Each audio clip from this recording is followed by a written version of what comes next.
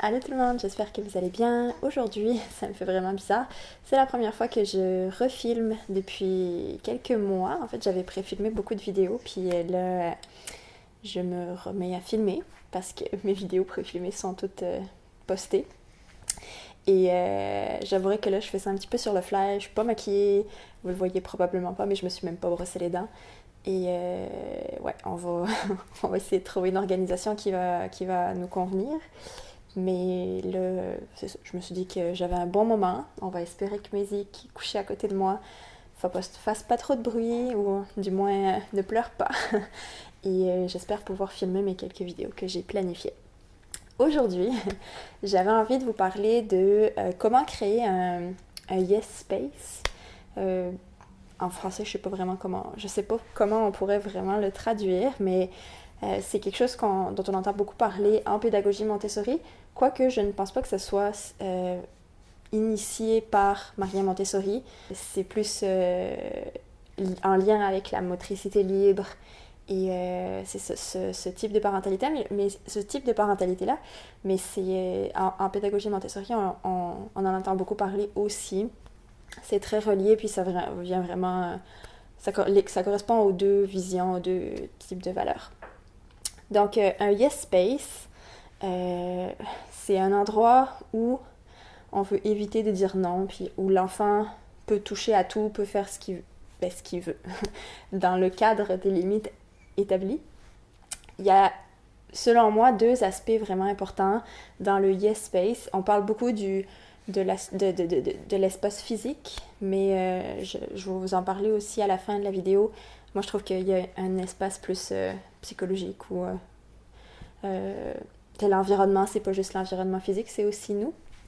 Donc ça, je vais vous mentionner quelques points à la fin de la vidéo.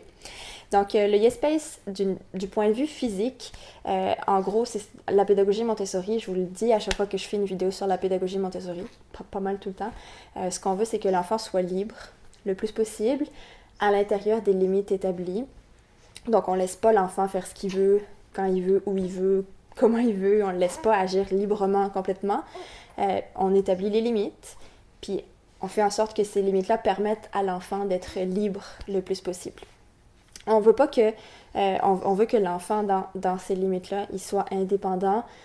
C'est pas juste la liberté dans le sens où il peut toucher à tout, mais aussi la liberté dans le sens où il est libre de faire les choses par lui-même au final. Donc il y a vraiment un volet comme lié à l'indépendance. Ce qu'on veut, on veut pas dire non. Ça, c'est dans les livres, hein, c'est la théorie. C'est sûr qu'il y a des moments où on va devoir dire non, ou stop, ou arrête, peu importe le mot qu'on utilise. Mais ce qu'on veut, c'est vraiment éviter d'avoir à le dire. Il y a des choses qu'on peut faire qui sont très simples, qui vont nous permettre d'éviter beaucoup de non. Même si, c'est ça, dans la théorie, en pratique, il y a toujours des choses qui vont faire en sorte qu'on va devoir imposer des limites supplémentaires, dire non ou empêcher de toucher quelque chose. C'est quand même différent de juste sécuriser l'espace. Oui, ça rentre là-dedans. Quand on veut avoir un espace où on veut limiter les noms de notre part, mais c'est sûr qu'on veut que l'espace soit sécuritaire, on veut que les prises soient cachées, ou alors que ce soit des prises qui sont pas... en tout cas, qui ont une cache automatique dedans. C'est pour ça que nous, on n'a pas de protège-prises, parce que c'est déjà des prises qui sont sécuritaires. On veut que, théoriquement, on voudrait que les meubles sur lesquels l'enfant peut grimper soient attachés au mur. On ne l'a pas fait, parce que je pense pas que ça pourrait se tomber sur l'enfant. Mais si c'est un espace où on laisserait l'enfant sans surveillance, il y a des gens qui vont faire leur yes space dans la chambre, par exemple, puis qui peuvent laisser l'enfant sans surveillance parce qu'ils savent que c'est un environnement qui est sécuritaire, que l'enfant est libre de ses mouvements, puis qu'il est en sécurité dans la pièce. Mais là, on va faire en sorte que les meubles, tout ce qui peut tomber sur l'enfant va être attaché au mur. On veut pas qu'il y ait d'affaires qui peuvent casser, par exemple. On veut pas de petits bibelots qui peuvent être dangereux. des petites pièces quand c'est des enfants jeunes. On veut pas non plus les laisser dans des endroits où il y a des petites pièces quand il y a des fils électriques, des prises, tout ça. On veut pas... on veut que ce soit collé au mur ou caché par un meuble. Vous voyez le principe là, on veut que la pièce soit sécuritaire. C'est pas juste ça, mais c'est quand même important de le mentionner. Donc je vous en avais, j'ai pris mes idées dans mes bras, je vous en avais parlé dans ma vidéo sur le lien d'attachement. La sécurité, c'est pas juste la sécurité physique, il y a aussi la sécurité émotionnelle, la sécurité affective. Et dans cet espace-là, dans ce yes space, on veut que l'enfant, oui, il soit en sécurité d'un point de vue physique, c'est assez évident, mais on veut aussi qu'il soit qu'il se sente en sécurité de manière émotionnelle, dans le sens où on veut qu'il se sente en confiance, qu'il soit en mesure d'explorer comme il le souhaite, de toucher, de sentir, de bouger aussi comme il veut. Donc c'est pour ça que, par exemple, quand le Yes Space, c'est la chambre de l'enfant, mais on va voir les lits Montessori, les lits au sol, pour que l'enfant puisse monter dans son lit ou sortir de son lit comme il le souhaite. Donc là, c'est pour ça que ça vient beaucoup rejoindre l'aspect RIE, l'aspect motricité libre, et que l'enfant soit capable de bouger de manière librement. Je vous l'ai mentionné tantôt, ça peut être un espace où on va laisser l'enfant sans surveillance. Beaucoup de parents, en tout cas dans les blogs Montessori que je suis, il y a beaucoup de yes space dans la chambre de l'enfant où ils vont pouvoir laisser l'enfant sans surveillance. Nous, on l'a fait dans la chambre, dans le sens où on a fait en sorte que la chambre est sécuritaire. Il y a le lit au sol, donc il peut monter, descendre. Il y a ses jouets qui sont là, donc s'il ressent le besoin de sortir de son lit et d'aller jouer, il est capable de le faire. Toutefois, ce n'est pas nécessairement... moi, je le laisse pas tout seul dans sa chambre, à part pour la sieste, là, mais ce que je veux dire, c'est que je le laisse pas dans sa chambre tout seul, vu que c'est à l'étage. Donc, nous, notre yes space, c'est notre pièce à vivre ici. Et donc, ce n'est pas un yes space à 100%, parce que je peux pas enlever toutes les choses que je voudrais pas qu'il touche dans mon salon, sinon il y aurait plus grand-chose dans mon salon et dans ma cuisine.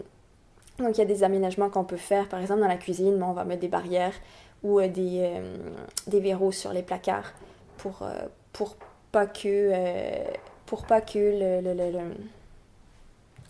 l'enfant aille dans les placards qu'on veut pas qu'il aille. Je suis pas sûre que ma phrase soit vraiment correcte, mais vous comprenez ce que je veux dire. Mais c'est ça, même en faisant tout ce qu'on peut, il va y avoir des moments où on n'aura pas le choix, ou selon nos valeurs puis nos besoins, où on n'aura pas le choix de dire non ou de dire stop. Une chose qu'on peut faire pour aménager ce yes space-là, c'est de se mettre à la hauteur de l'enfant, de se mettre au bas du sol, au ras du sol, comme en fait quand on veut aménager n'importe quel environnement en ayant une vision Montessori pour notre enfant. Se mettre à la hauteur de l'enfant, c'est quand même très important, dans le sens où ça nous permet de voir sa perspective à lui.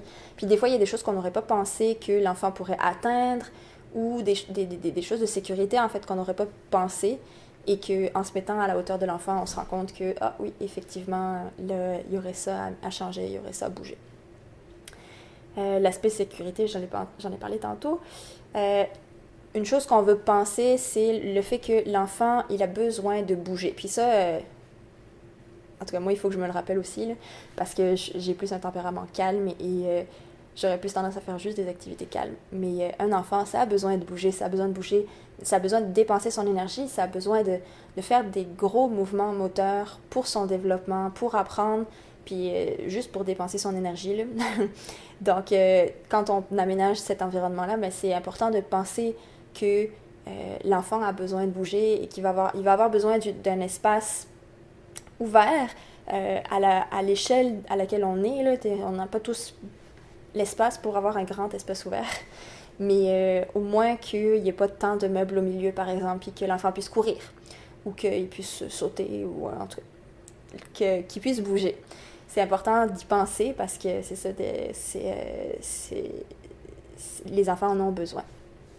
Un point que je trouve important de mentionner, c'est que cet environnement-là, comme tous les environnements de la maison en fait qu'on aménage pour les enfants, ça reste en évolution, ça reste sujet à changement parce que les enfants changent. Quand on a un enfant qui grandit, après on en a 2, après on en a 3, peu importe le contexte, là, mais c'est ça, tout le monde change, même si c'est juste un environnement pour les adultes, on change aussi, puis nos envies, nos besoins, nos désirs changent, donc tout est sujet à changement, et c'est correct, mais de le savoir à la base, ça nous permet de ne pas trop culpabiliser si on avait aménagé quelque chose, puis que finalement on se rend compte que ça marche pas du tout, ben, faut pas avoir honte et peur de le changer.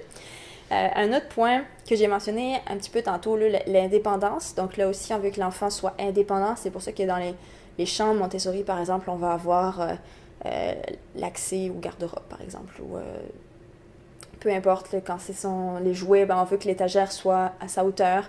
On veut que l'enfant puisse aller chercher ce dont il a besoin. Comme je vous disais tantôt, la sécurité affective. On veut qu'il soit en sécurité, on veut qu'il soit indépendant aussi.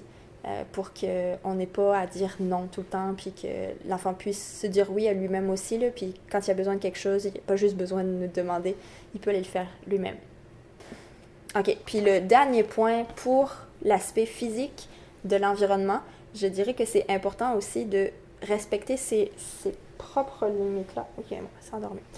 C'est important de respecter ses limites à soi, parce que chaque yes space va être différent selon les personnes. Y a des gens qui vont trouver ça correct de laisser des ciseaux, par exemple, en libre service. Il y en a qui ne le sauront pas du tout. De la peinture, par exemple, ou un distributeur d'eau. C'est les premières affaires qui me viennent en tête, là, qui font des dégâts.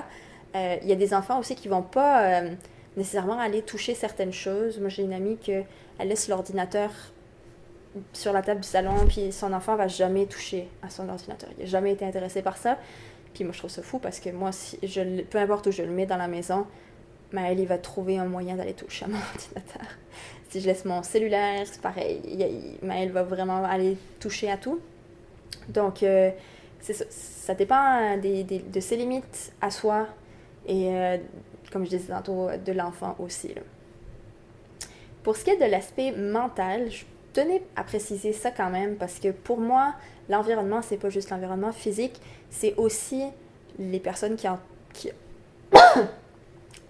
les personnes qui sont là pour l'enfant, qui sont autour de lui. On évolue ensemble, puis on fait partie de l'environnement.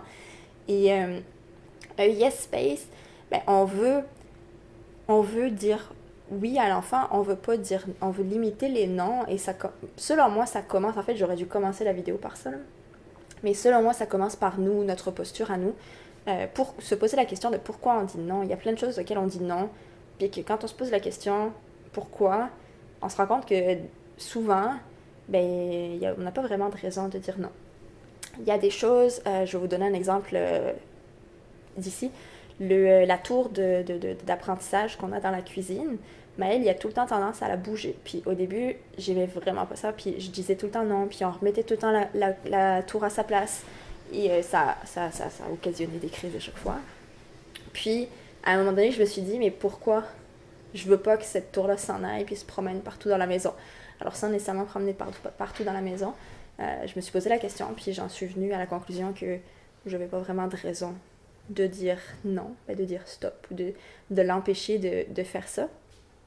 Et donc, au final, on laisse la tour bouger. Il y a des jours où ça me saoule un peu plus, puis on laisse la tour à sa place. Puis des fois, c'est parce qu'ils veulent attraper des choses qui sont pas permises. Donc, là, des choses qui sont mises hors hors d'atteinte pour lui. Puis finalement, ben, avec la tour, il est capable de les atteindre. Mais c'est ça. Ce que je vais vous dire, c'est que nous, on fait partie de l'environnement et si on veut limiter les noms, ben déjà, il faut commencer par se questionner pourquoi est-ce qu'on dit non, est-ce que c'est vraiment nécessaire de dire non dans cette situation-là. Donc c'est ça. C'est tout ce que je voulais vous dire pour aujourd'hui, puis on se retrouve dans quelques jours avec une nouvelle vidéo.